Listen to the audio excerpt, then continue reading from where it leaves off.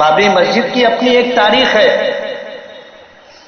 1528 عیسوی میں بابر کا زمانہ تھا اور اودھ کے ایک گورنر میر باقی نے ایک مسجد تعمیر کی جو 3 گنبدوں پر تھی اور جس میں مشقف حصے میں یعنی چھت والے حصے میں 3 صفیں لگتی تھی اور مسجد اتنی چوڑی تھی کہ ایک صف میں 120 نمازی نماز پڑھ سکتے تھے. مسجد کے صحن میں 4 صفیں لگتی تھی اور 1528 سے لے کر کے 1855 تک 5 وقتہ نماز باجماعت ادا کی جاتی رہی اور کسی قسم کا کوئی تنازع، کسی قسم کی کوئی بات اس مسجد سے جڑی ہوئی نہیں تھی.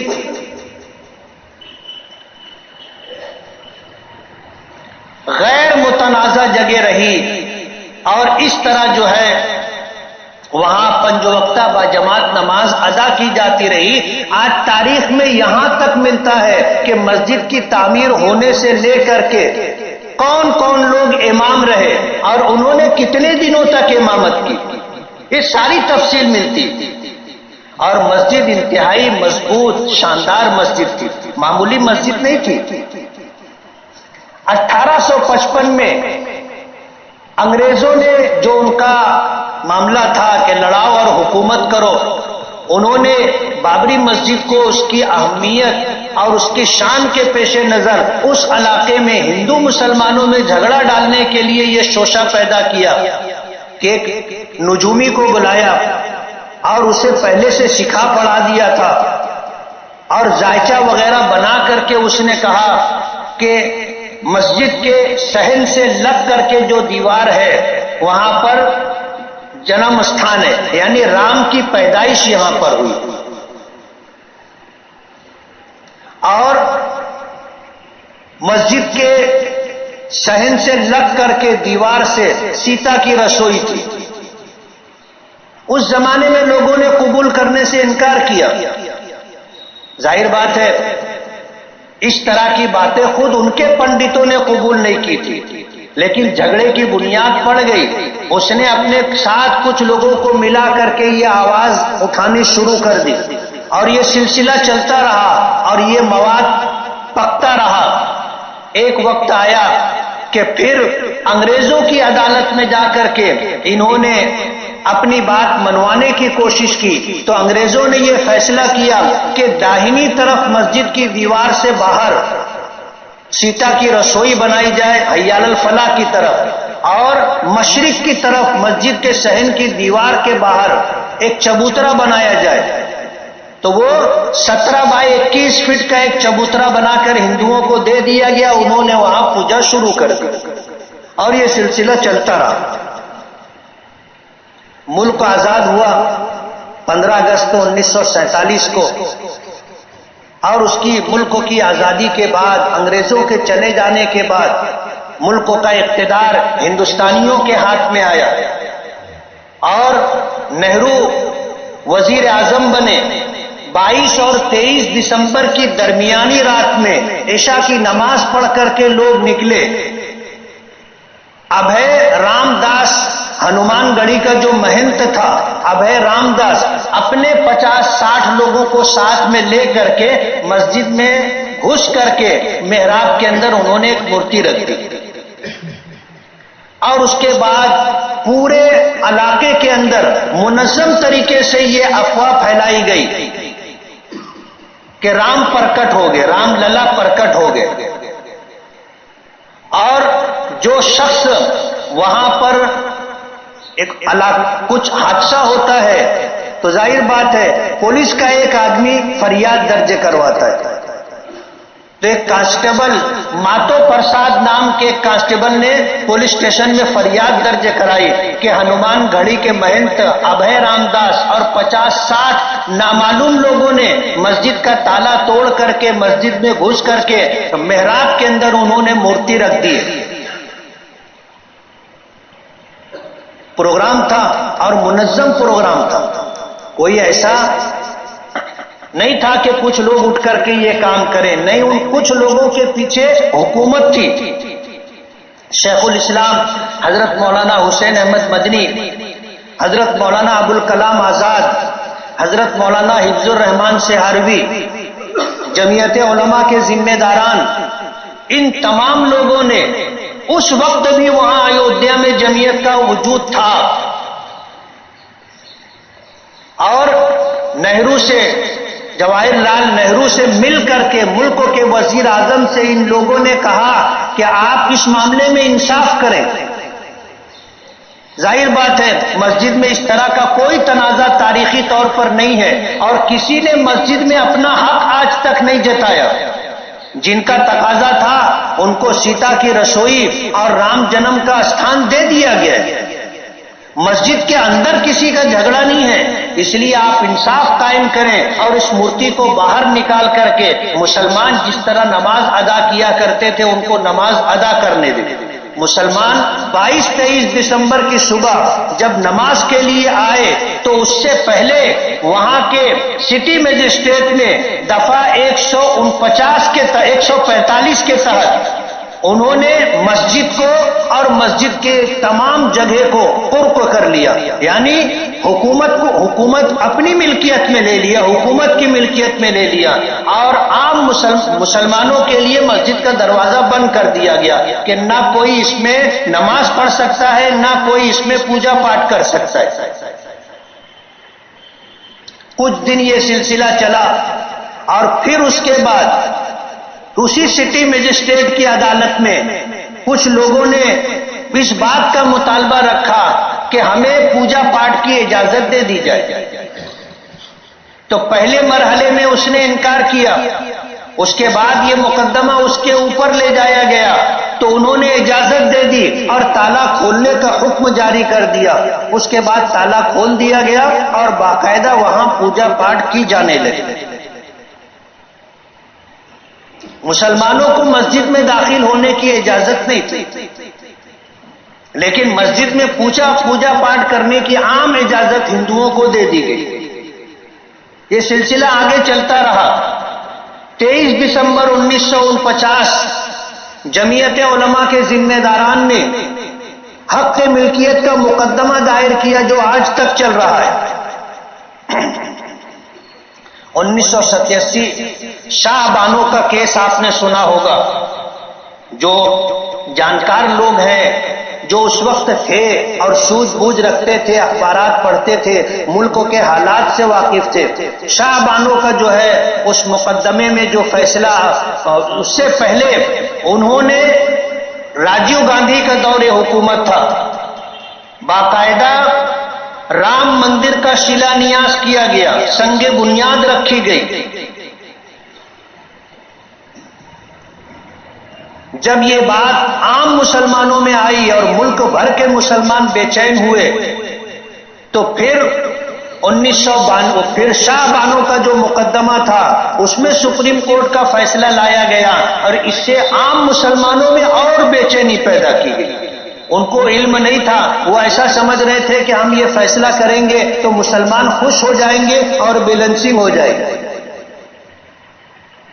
1990 میں کار سیوا کے نام پر پھر وہاں پر مندر تعمیر کرنے کا پروگرام لے کر کے چلے۔ یو پی میں ملائم سنگھ کی حکومت تھی اور ہندوستان پر اس وقت راجیو گاندھی کی حکومت تھی۔ فائرنگ کی گئی اور فائرنگ کے بعد وہ کام رک گیا۔ فائرنگ کروانے والے ملائم سنگھ یادو، وہاں سے یہ سلسلہ پوری طاقت کے ساتھ چلایا گیا اور 6 دسمبر 1992 کو مسجد شہید کرنے کا پروگرام پورے ملک میں رتھ یاترا نکال کر کے دیا گیا۔ مسجد شہید کرنے کے لیے ہندوستان سے جنونی قسم کے لوگ جمع ہونے لگے، اور 4 دسمبر کو کیندر سرکار نے مسجد کو اور مسجد کے علاقے کو اپنے تابع میں لے لیا، فوج لگا دی، اور پورے ملک کو یہ باور کرایا گیا کہ اب کچھ نہیں ہوگا۔ نرسمہا راؤ کی حکومت تھی، 6 دسمبر کو جو اس ملک کے قانون بنانے والی کمیٹی کے سربراہ بابا امبیڈکر کا وفات کا دن ہے، چنا گیا اور باقاعدہ دن کے اجالے میں مسجد شہید کر دی گئی. کسی ایک فوجی کو اور کسی ایک پولیس والے کو اس بات کی اجازت نہیں تھی کہ کسی کو روکے. نرسمہا راؤ سرکار تھی، اس نے یہ پورا پروگرام ترتیب دیا، مسجد شہید کر دی گئی. آج مسجد کا املا نہیں ہے، مسجد کا املا نہیں ہے، زمین ہے اور وہاں پر ٹینٹ لگا کر کے رام للا کی پوجا جاری ہے. جن لوگوں نے مسجد پروگرام کے مطابق شہید کروایا تھا وہ اعلان کرتے ہیں کہ مسجد ہم ہی بنائیں گے، مندر ہم ہی بنائیں گے، جبکہ جس دن مسجد شہید ہوئی تھی ریڈیو پر باقاعدہ اعلان ہوا تھا نرسمہا راؤ کا، اور پھر 15 اگست لال قلعے کی فصیل سے اس نے اعلان کیا تھا کہ ہم مسجد اسی جگہ بنوا کر کے دیں گے، لیکن اس کا تذکرہ کہیں نہیں ہوتا. اگر ملک کا وزیر اعظم کسی سے کسی بات کا وعدہ کرے تو اس وعدے کے مطابق وہ کام کیا جاتا ہے، لیکن کرنا تو دور کی بات کسی بھی سیاسی پارٹی نے اس کا تذکرہ بھی نہیں کیا. لوگ بھولتے جا رہے ہیں، بابری مسجد کی تاریخ لوگ بھولتے جا رہے ہیں، اور پروگرام یہ ہے کہ بابری مسجد کو لوگ بھول جائیں. کہتے ہیں نا مرور زمانہ بڑے سے بڑے زخم کو بھر دیتا ہے. جیسے جیسے وقت گزرتا ہے بڑے سے بڑی دکھ اور تکلیف کو آدمی بھول جاتا ہے. میرے والد کا انتقال ہوا، زمانہ ہو گیا، وہ بات نہیں. ماں کا انتقال ہو گیا، زمانہ ہو گیا، وہ بات نہیں. اور ہر ایک کے یہاں یہ ہوتا ہے. تو جیسے جیسے زمانہ گزرتا ہے بڑے سے بڑا زخم بھر جاتا ہے. بابری مسجد کو لوگ بھول جائیں اس بات کی منظم طریقے سے کوشش کی جا رہی ہے. جس پارٹی نے، جن کے وزیر اعظم نے ملک کی بابری مسجد کو ان تمام مراحل سے گزار کر کے شہید کروایا، اسی کے ماننے والے لوگ آج یہ بھی کہتے ہیں کہ اب وہاں تو کچھ ہے نہیں، نہ مینار ہے، نہ گنبد ہے، نہ چھت ہے، نہ دیوار ہے، نہ فرش ہے، نہ ممبر ہے. اب بابری مسجد بچاؤ کمیٹی کیا بچائے گی؟ ان بیوقوفوں کو یہ نہیں معلوم کہ مسجد مینار، گنبد، چھت اور دیوار کا نام نہیں ہے. مسجد تو زمین کا نام ہے. جو زمین کوئی اس زمین کا مالک اسے اللہ مسجد کے لیے وقف کر دے، اللہ کی ملکیت میں دے دے، اور پھر وہاں ایک مرتبہ باجماعت نماز ادا کی کر لی جائے تو وہ جگہ مسجد شرعی ہو جاتی ہے اور قیامت تک مسجد رہے گی. چاہے نماز نہ پڑھی جا سکے، چاہے وہاں پوجا پاٹ ہونے لگے، لیکن وہ جگہ مسجد رہے گی.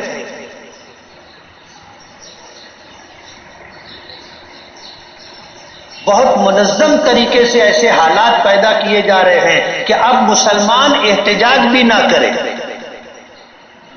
اپنا مطالبہ بھی نہ رکھے.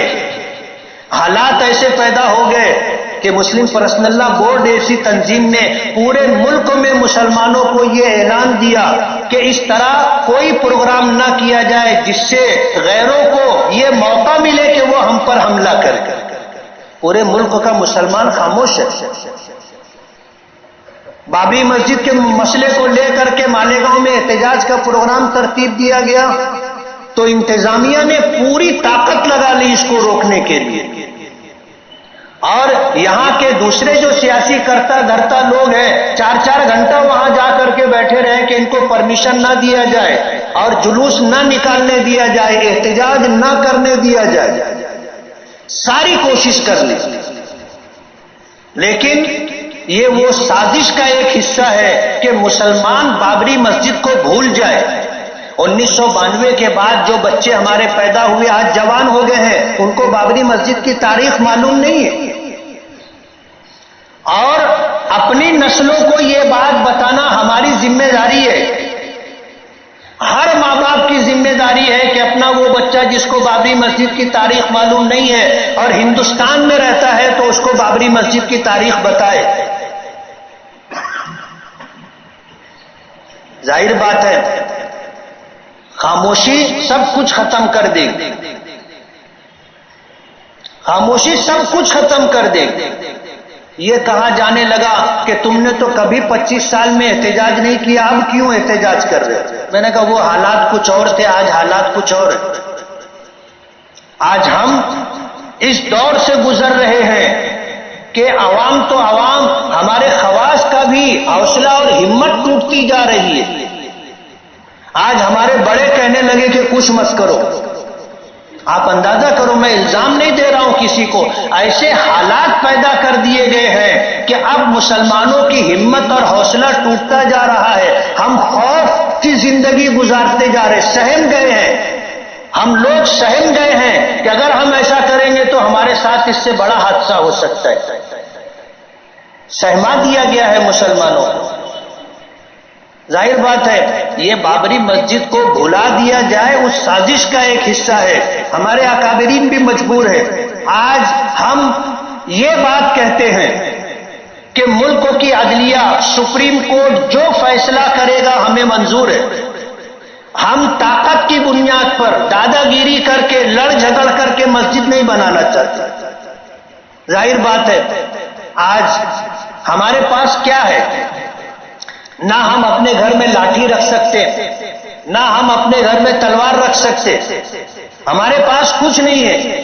اور جو لوگ رام مندر تعمیر کرنا چاہتے ہیں ان کے پاس فوج ہے. سمجھ رہے ہو آپ؟ ان کے پاس سب کچھ ہے. ایسے حالات کے اندر ہم لڑ نہیں سکتے. ہمارے پاس طاقت نہیں ہے. ہم سوسائڈ نہیں کر سکتے. خودکشی کا سوچ کر کے ہم مسجد بنانے کا پروگرام نہیں دے سکتے. ہمارے بڑوں نے یہ فیصلہ کیا کہ سپریم کورٹ کا جو فیصلہ ہوگا ہمیں منظور ہوگا. اور سپریم کورٹ ایک قانون کے مطابق فیصلہ کرے گا، عقیدے اور آستھا کی بنیاد پر نہیں. بابری مسجد کے مقدمات کے لیے حق ملکیت کے جتنے دستاویزات جمعیت علماء کے پاس ہے، کسی اور جماعت کے پاس نہیں. 23 دسمبر 1949 سے جمعیت علماء یہ مقدمہ لڑ رہی ہے اور خاموشی کے ساتھ لڑ رہی ہے. کوئی شور شرابہ نہیں. لوگوں کو معلوم بھی نہیں ہے کہ جمعیت علماء مقدمہ لڑ رہی ہے. کبھی بابری مسجد کے نام سے ہم نے پروگرام نہیں کیا، کبھی بابری مسجد کے نام سے چندہ نہیں کیا. 1949 سے یہ مقدمہ لڑ رہے. مسلم پرسنل لا بورڈ 1972 میں وجود میں آیا.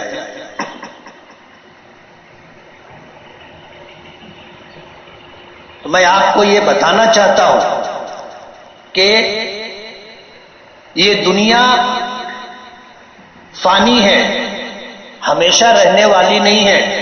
نہ کسی کا اقتدار ہمیشہ رہا ہے، نہ کوئی ہمیشہ رہا ہے، نہ کوئی چیز ہمیشہ رہی ہے. آنے جانے کی جگہ ہے. دنیا میں کچھ لوگ آتے ہیں چلے جاتے ہیں، کچھ چیزیں وجود میں آتی ہے ختم ہو جاتی ہے. ایک مسجد پترے کی بنائی جاتی ہے، ہٹا کر پختہ بنا لی جاتی ہے. بعد میں آنے والے اس مسجد کے 100 سال 80 سال گزرنے پر مسجد شہید کر کے پھر نئی مسجد بنا لیتے ہیں. یہ سلسلہ چلتا رہے گا. لیکن اللہ تعالیٰ ظلم کے ساتھ کبھی کسی کے اقتدار اور حکومت کو باقی نہیں رکھتا. اقتدار چھوٹا بھی ہوتا ہے، بڑا بھی ہوتا ہے. بڑا اقتدار جیسے حکومت پہ لوگ بیٹھے ہیں، چھوٹا اقتدار آپ اپنے گھر کے بڑے ہو، اپنے گھر کے حاکم، اپنے گھر کے حاکم ہو. اگر آپ کے گھر میں آپ ظلم کر رہے ہیں، آپ کے گھر میں آپ ظلم کر رہے ہیں تو اللہ کی مدد سے محروم ہو جائیں گے. اللہ تعالیٰ کیسے نمٹا دے گا آپ کو خبر بھی نہیں ہوگی اور عبرت کا نشان بنا دے گا.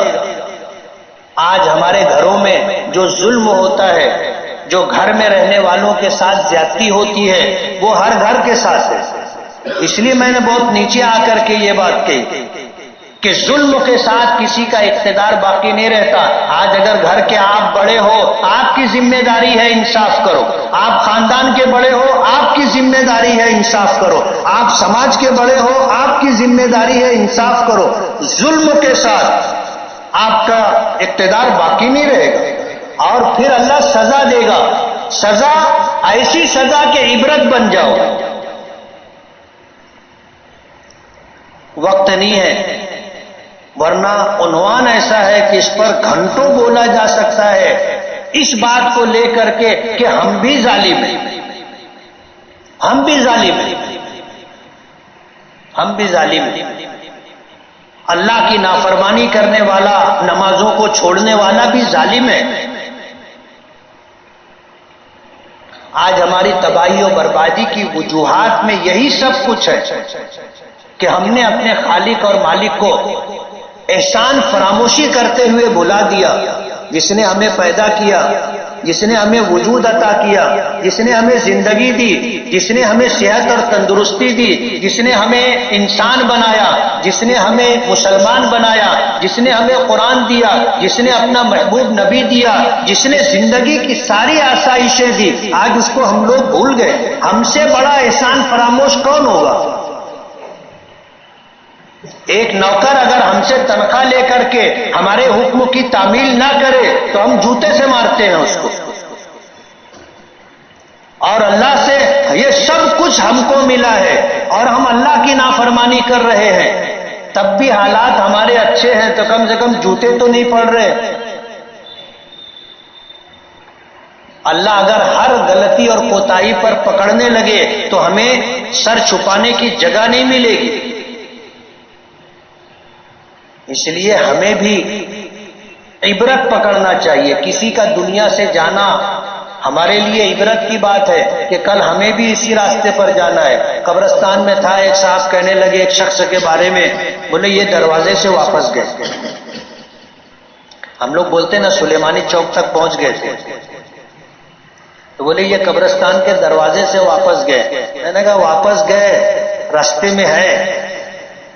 میں نے کہا تم بھی راستے میں ہو، میں بھی راستے میں ہوں، یہ بھی راستے میں ہے. اب کسی کو نہیں معلوم کہ کون زیادہ قریب ہے کون زیادہ دور. جانا سب کو ہے، کوئی ہمیشہ رہنے کے لیے نہیں آیا. اس لیے یہ ضابطہ ہے کل من علیہا فان. اس کائنات میں جو بھی ہے اس پر فنا طاری ہوگی. وَيَبْقَى وَجْهُ رَبِّكَ ذُو الجلال والإکرام. اور باقی رہنے والی ذات تیرے پروردگار کی ہے جو ہمیشہ رہے گی، جو عظمت و جلال کا مالک ہے. وآخر دعوانا ان الحمد للہ رب العالمین.